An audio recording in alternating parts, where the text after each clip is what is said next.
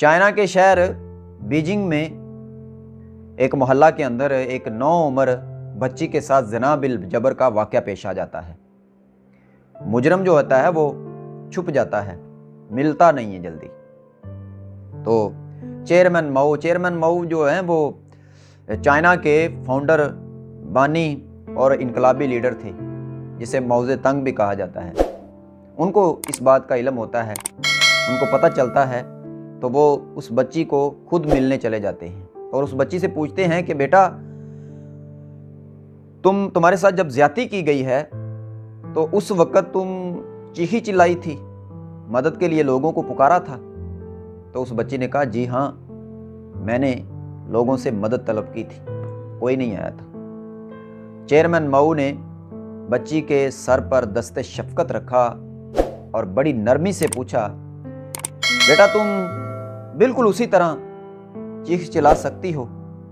اس بچی نے کہا جی سر، میں ضرور چلا سکتی ہوں۔ چیئرمین ماؤ نے اس ایریے میں، اس علاقے کے 1 مربع کلومیٹر تک پولیس اہلکاروں کو بھیج دیا اور اس بچی سے کہا کہ چیخو، پوری طاقت کے ساتھ چیخو، جس طرح تمہارے ساتھ تم جب زیادتی کے وقت چیخی چلائی تھی اسی طرح چیخو۔ ان پولیس اہلکاروں کو جب واپس بلایا گیا تو ان سے پوچھا گیا کہ تمہیں اس بچی کی چیخیں آواز سنائی دی ہے؟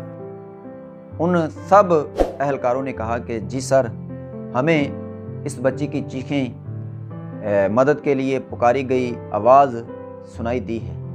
تو اس وقت چیئرمین ماؤ صاحب نے کیا کیا، اس علاقے کے اس 1 کلومیٹر کے علاقے، مربع کلومیٹر کے فاصلے پر جو مرد تھے ان کو اریسٹ کرنے کا حکم صادر کر دیا، ان کو گرفتار کرنے کے لیے حکم جاری کر دیا۔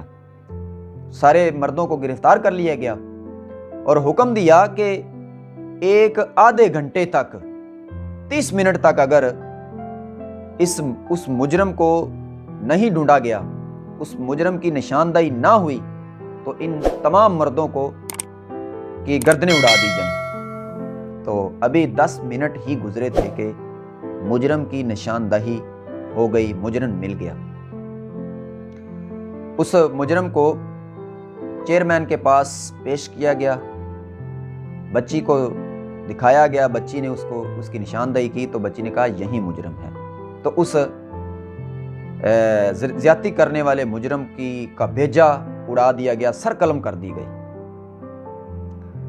یہ تھا فوری انصاف، جسٹس، انصاف جس کو ہم کہتے ہیں نا، جلدی انصاف مہیا کرنا، یہ ہے اصل۔ تب بنتے ہیں معاشرے، بڑی بڑی قومیں آگے بڑھتی ہیں۔ اسی لیے تو چائنا آج دنیا کی تمام بڑی بڑی معیشتوں اور بڑی بڑی قوموں سے سب کے اوپر، ٹاپ کے اوپر کھڑا ہے۔ مجھے کہتے ہیں لوگ کہ یار چائنا کے لوگ بڑے انٹیلیجنٹ ہیں، محنتی ہیں، بڑی ٹیکنالوجی ہے ان کے پاس۔ میں کہتا ہوں نہیں، ان کے پاس کچھ نہیں ہے۔ ان کے پاس وہ 2 کام ہیں جو وہ کرتے ہیں، وہی 2 کام جو ہمارے نبی صلی اللہ علیہ وسلم نے ہمیں بتائے تھے، بلکہ ساری دنیا کو بتائے تھے۔ وہ آج ان 2 کاموں پر عمل کر کے آج ساری دنیا کو اپنی انگلی کے اوپر کھلا رہے ہیں۔ وہ 2 کام کون سے ہیں؟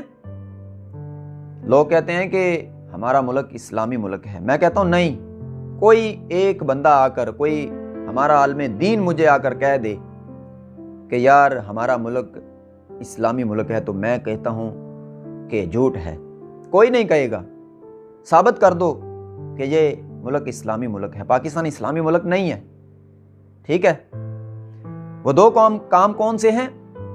ایک انصاف، جو ہمارے نبی صلی اللہ علیہ وسلم نے، ہمارے نبی صلی اللہ علیہ وسلم کے بعد آنے والے ہمارے خلفائے راشدین نے قائم کیا تھا، اور دوسرا ملاوٹ۔ آپ صلی اللہ علیہ وسلم نے کہا کہ جو بندہ ملاوٹ کرے گا نا وہ ہم میں سے نہیں ہے۔ یہ بہت بڑی بات کہہ دی آپ صلی اللہ علیہ وسلم، وہ ہم میں نہیں ہے۔ اس کا پتہ چلے گا آگے جا کر، ابھی احساس نہیں ہوگا، احساس مر چکے ہیں، صرف انسان زندہ ہیں، احساس مر چکے ہیں۔ وہ کہتے ہیں